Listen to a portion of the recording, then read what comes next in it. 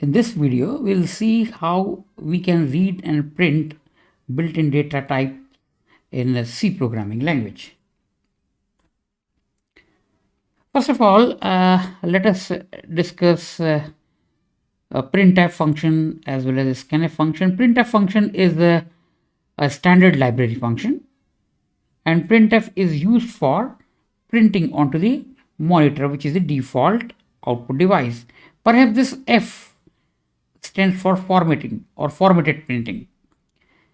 Printf has two variants.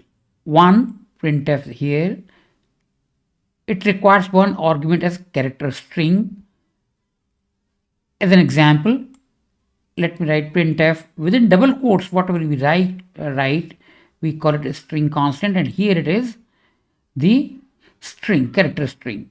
So whatever you write in double quotes, it becomes a string constant, and we know, as we have already discussed in one of the previous videos, that we can make use of various escape sequences.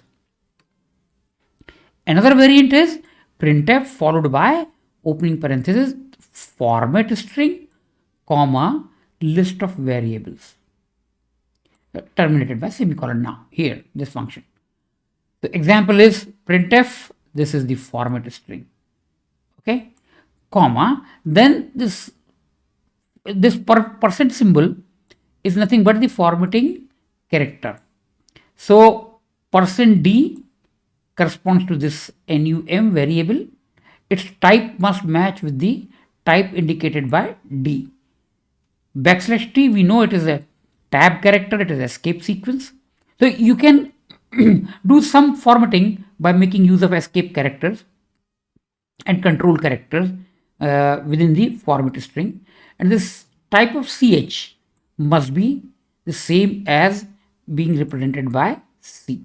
So number of formatting characters must be same as number of variables supplied here, separated by comma, and the type must match 1 to 1, and their order must be same. Okay. Now we can make use of scanf function for reading from the standard input device, which is by default keyboard in C programming language. So scanf here also format a string and then list of addresses or placeholders. It means where you can save something. So if you have declared a variable using a standard mechanism like int num or char ch, something like that, then ampersand will give you the address of that variable. Okay, just like printf format string, this also represents the format string. But one thing is there. In case of printf, within double quotes, we could make use of escape sequences and other characters to provide the formatted output. But here, nothing is allowed except the formatting characters. So within double quotes, no space. So %d must match the type of this variable num, its address. Okay, %c must represent the type of ch variable. It may be of any type. It means here c is for character type. Okay, that is the only difference between printf and scanf. Now let us see some formatting characters for integers, both types of integers, signed and unsigned. If you want to make use of short or shortened, then %ht, this is for short. Int, which is by default int space I, j, k, something like that, we write. Either use %d, d stands for decimal integer, or I for integer, either of the two. Then long or long int, we use %lowercase ld. For long or long int, %capital LD, d will remain lowercase. For unsigned integers, unsigned short or unsigned short int, %hu, okay, lowercase u. For unsigned or unsigned int, %u. For unsigned long or unsigned long int, LU, lowercase l, lowercase u.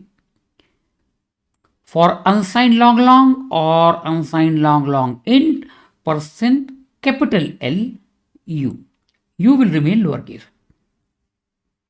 For making use of hexadecimal for printing, we use 0x lowercase x or 0 uppercase x followed by hexadecimal digits. So if you use lowercase x, lowercase alphabets in hexadecimal will be used. For uppercase, it will use the uppercase hexadecimal digits. Now, formatting characters for real numbers. We know that there are three types of real numbers: floating point, double, and long double. So, for floating point number float keyword, we use percent lowercase f. For double, percent lowercase l, lowercase f. For long double, percent capital L followed by lowercase f. Now, we can make use of scientific notations. So, for scientific notation for float, it is percent lowercase e or percent uppercase e. It doesn't matter. It doesn't make any difference. Double in scientific notation, percent lowercase e or percent lowercase capital E. It means either you can use lowercase e or capital E, uppercase E. Long double in scientific notation, percent capital L and then either lowercase e or uppercase E.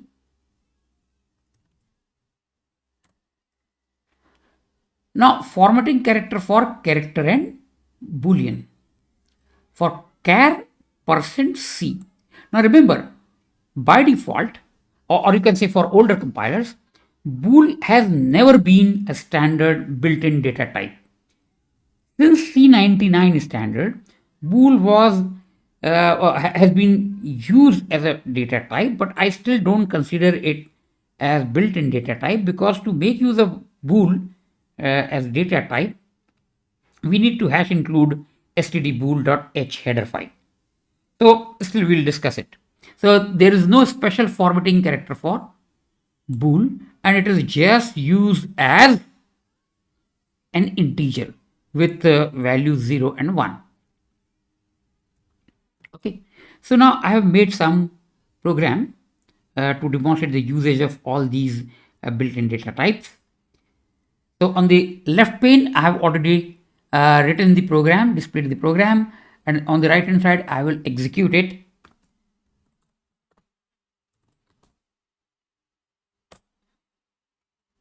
Sorry. Now let me clear the screen.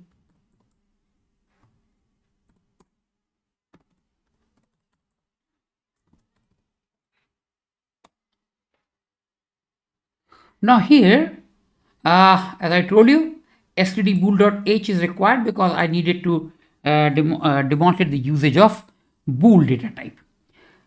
Now this function void divide int comma int and semicolon, I have declared one function which I have made and compiled along with this. For time being, just accept that this function is available, and it divides one integer by the other integer, and how many digits after decimal point you want, it will give you that, because by default in floating point numbers there is a limit of 32 bits or 64 bits or 128 bits, etc. And by making use of this, we can produce the result of division of two numbers, maybe integer numerator and integer denominator, or floating point numerator, floating point denominator. So, and you can keep on producing the results for any number of digits after decimal point. Okay, so I will make a call to this. I have already compiled it along with in the form of a library, and I have compiled it along with my source code. So this is not a standard function. This I have written, and in future in one of the videos I will tell you how to write these functions or functions like this.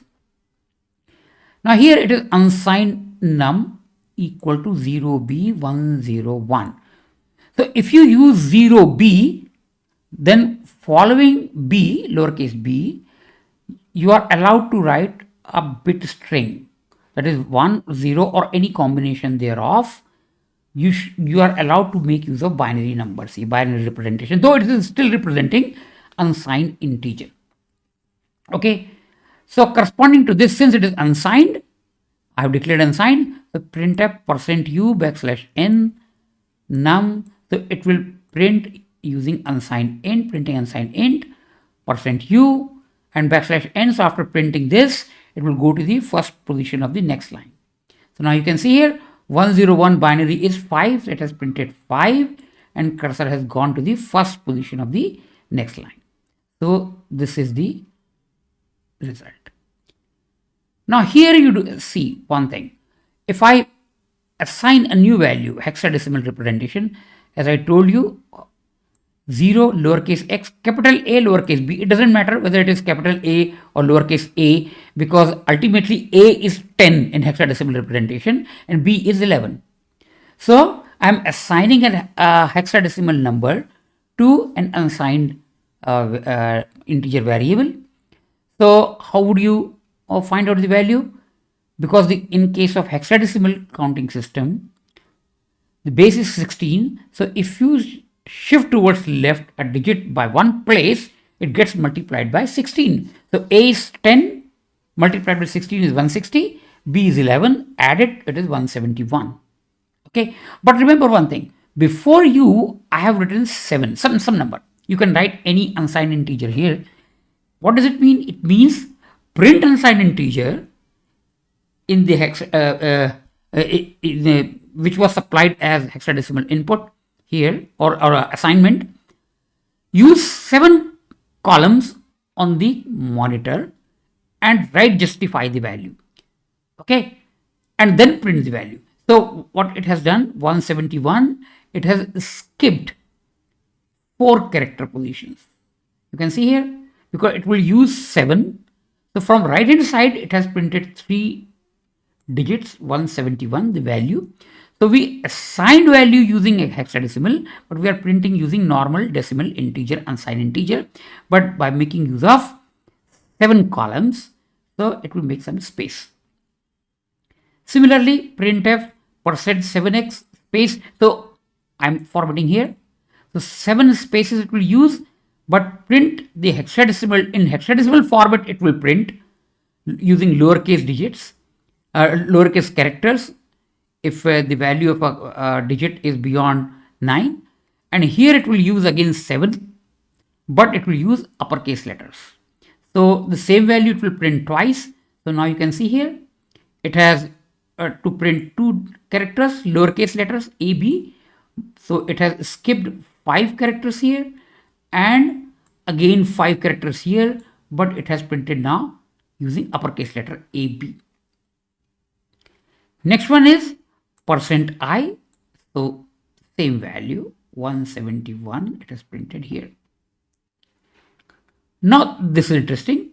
If you write any value, assign any value, but if the first digit is 0 and following digits are less than or equal to 7, it is treated as octal. Okay, so I have assigned 111 octal. So 864 plus 870 plus 171 or 171. Okay, so it will print it an assigned number as 73. Okay, 864, 64 plus 872 plus 173. Now comes the printing and reading of floating point numbers, real numbers. So float f equal to 1.3, I have assigned double d 1.3, no problem, long double ld 1.3. So what is the difference? Difference is number of bits being occupied by these variables. Same 1.3 in less number of bits, same 1.3 in more number of bits, and same 1.3 in even more number of bits as per IEEE 754 standard. I have chosen this 1.3 because I know that 0.3 cannot be represented exactly in floating point numbers, as I told you in one of the previous videos. So now see here, I want to print these values, %f followed by one space. So %f means float, %lf means double. Now capital L lowercase f means long double. Now you can see here, in this case, it will print 3 times 1.3 followed by 0, 0, 0, 0, 0. So here you can see, by default, after decimal point, floating point number, whether it is float or double or long double, it prints 6 digits. So here it seems to be identical. Same values I assign. But now you can see here, in next line, what I have done here is I have changed the specification or precision rather. Here what I want is 15 total column positions and dot 1 3, it means 13. So after decimal point, it will print 13 digits in case of float. Here 100 columns, but after decimal point 98 digits, but for double. Here %100.98 LF, uppercase letter L. So you can see here, F has been declared as float, D has been declared as double, and LD has been declared as long double. So these 3 specifications in same sequence. So what is the result? The result is huge but very interesting. Now you can see here. Let me erase this, and here it is. From here it comes out here. Now you can see here, though it is 1.3 we assigned, but here for float it is being printed like this, 1.29999 in 32-bit floating point representation. Whereas in case of double, it is being printed as 1.3 and so many zeros, and then 4440892098506 and so on. And after so many digits, then comes the string of zeros. Now here, this next number is 1.3 corresponding to this one, LD. So here it continues 1.3, so many zeros, both the results are identical. So after 1 to 5, it is also printing the zeros. So now you can see here, though we assigned 1.3, but float gives different value, and double and long double give the identical values for higher precision, that is more number of digits after the decimal point. Now let me calculate some ratio of 22/7. In school days, we were told that after till 2 digits after decimal point, 22 divided by 7 is nothing but the value of pi, 3.14. Okay, so let us check. Float, this is the numerator, 22.0 in float. So floating point denominator 7.0.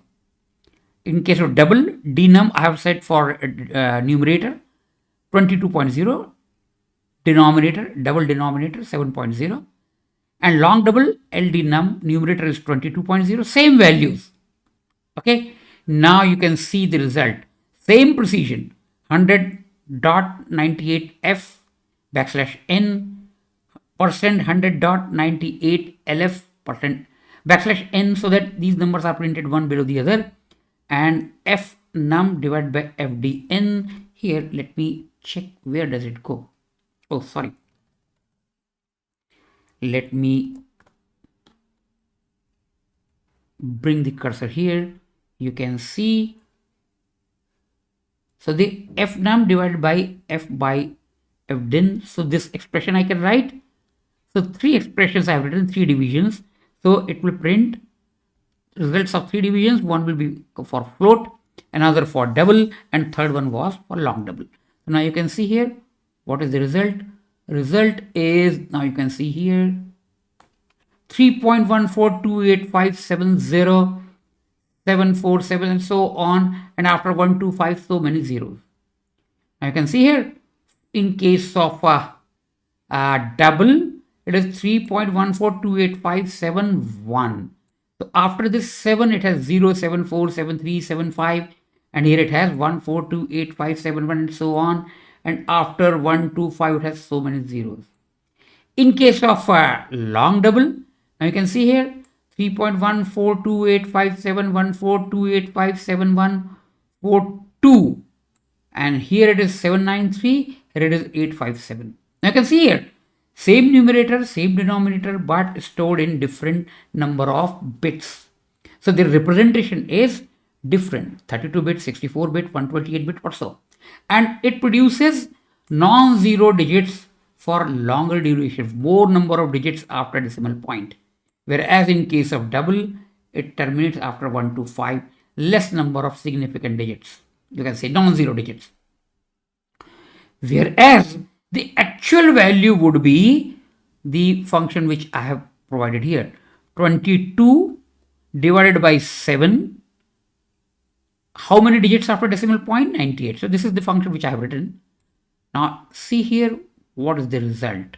The result is, it is a recurring number. We know 3.1428571428571428571, and so many digits, though it is recurring, but it is not producing zeros. So it means this result, this one is more accurate. So that's why I always say never rely on floating point computation, because all numbers, real numbers, cannot be represented exactly. Now comes this one, character data type. So ch equal to 65. I have not written any character constant. A character constant you can write within single quotes and write capital A, suppose. So it would have been representing the character capital A. But I know that the ASCII code of capital E is 65. So here actually character is 1 byte integer, as I had told you in one of the previous videos. So here as char, the ch can take on values from 0 through 127 only. Okay, because it is legal ASCII code. So now if I print it %c, now you can see here I can make use of this formatting string. Character, it will print character as it is, equal to 1 space, then equal to symbol, then 1 space, then %c. So this %c is the data type of the ch. But here the same byte I can make use of it as integer, decimal integer, so %d. So it will print ch as character first, then as integer. Now you can see here character equal to capital A, integer equal to 65. So I can make use of a character as single small 1 byte integer. Since it is 1 byte integer, I can make use of some arithmetic operators. It can take part in all mathematical operations where the result is bound to be within 1 byte. So now you can see here, let me clear it. Here, okay. First, I want to print these two values I have already printed. Now value of ch is still 65. When it comes to represent it as an integer, add 2, so 67. So now you can see here it has printed 67. Now take another example. Here I am declaring an integer, assign a value decimal integer 65. Now here I will print it as integer, but here I will print it as character since it is within 1 byte. So now you can see here it has printed 65 followed by 1 space, and then that 65 is now being treated as a character, which is nothing but the ASCII code of capital A. So it has printed as capital A. Now let me come to the next point. Is you can see here short. I can declare short as, suppose I have assigned 5, integer as 5, long int lid as 5 also, long lid as 5. Okay, so it has printed these values. Now you can see here I can print hd, which is for short, this is for int, this is for long int, this is for long int. Now these 4 variables or addresses, variable names. So here it has printed these values. Okay. Now here I can, let me erase it. Now here type short, sorry, here type short int, long int and long int. So let me supply these values. So in response to this, let me type values. Let me type same values, 5 space 5 space 5 space 5. Though they seem to be identical, but their storage would be different. So first one will make use of perhaps 16 bits. It depends on the implementation. As I told you in the one of the previous videos, press enter. It prints what? 5555. So for printing, I am using for scanf. Okay. So what I did here, these values I printed. For scanf, as I told you, no space, etc. So for percent %hd for short, %d for int, lowercase ld for long int, capital LD for long int. So these data types must match, and ampersand gives you the address. So now you print these values. Okay, so these values have been printed here. Here I supplied, and it is printed. Now comes the bool. As I told you, the keyword is bool.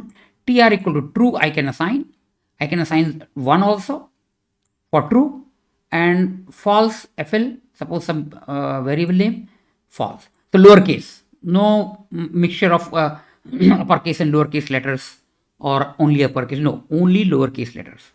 So true, true for 1, and false, false for 0. Now if I want to print them, as I told you, there is no special formatting character for bool. So I will print it as integer, because though they are being represented as boolean variables, but internally true is stored as 1 and false is stored as 0. So decimal integer, unsigned integer or whatever. So trfl, what does it do? It prints 1 here and 0 for false. Now since it is a numerical value, internally 0 or 1, we can make use of any mathematical operators which results in an integer. So now you can see here tr plus 1, tr is 1, so result has to be 8. Now you can see here it has been printed as 8. Now next one is, you can see here unsigned short, us, unsigned long, ul, unsigned long. Okay. So let me bring it back, cursor. So here it is, this one. I will show you. ULL. So these variables I have declared. Okay. And in this line, I am reading all these variables. %HU for unsigned short, %U for unsigned int, %LU for unsigned long, and capital LU is for unsigned long. So here it is waiting for me to type in these values. So suppose I say 5, 5, 5. Now remember, scanf terminates reading on white space character, that is enter, space or tab character. So I can supply all 4 values in one go. Okay, if I press enter, what does it do? It prints all these values, same values. Now you can see here I have used semicolon here in printf. So semicolon is being printed after each value. Okay. Now the scientific notation. I can make use of either lowercase e or uppercase e. While printing, if you use lowercase e, it will print lowercase e. If you use uppercase e, it will print uppercase e for exponent, or it is symbol for scientific notation. So here I have used same 0.1 e to the power t. This means 0.1 multiplied by 10 to the power 2. is 0.1 multiplied by 10 to the power minus 2. Here it is 0.52 multiplied by 10 to the power 2. Okay, so what are the formatting characters? Percent %e for float, percent lowercase l lowercase e for double, and capital L capital E. So capital L is for long double, and capital E, I could have used lowercase e also. But it does not mean that if it is capital L, so you have to have capital E here. No, you can use either lowercase e or uppercase e. Only the difference is while printing. So now here what I have done here is percent %e, percent %le. So what is the output corresponding to percent %e? It is, you can see here. I have said 0.1 multiplied by 10 to the power 2. So it has written as 1.60 e to the power 0, 1. Okay, I have used it. Okay, percent %e. Now here percent %le. Percent %le is what? Double. So now it has printed 0.1 multiplied by 10 to the power minus 2 as 1 point, so many zeros, e to the power minus 3. Okay, now here what I have done is I said that okay, print in scientific notation this long double, but make sure that there are 8 digits after decimal points. So decimal points, so it says 5.2. Now you can say 1, 2, 3, 4, 5, 6, 7, 8 digits after decimal point, then capital E plus 0, 1, it means multiplied by 10 to the power 1, it means 52 kind of thing. Okay, here it says 0.52 multiplied by 10 to the power 2, it is nothing but the 52, but this is the way it represents because I have given this value. Okay, so this is the way we can read and print built-in data types. That is all in this video. Thanks for watching.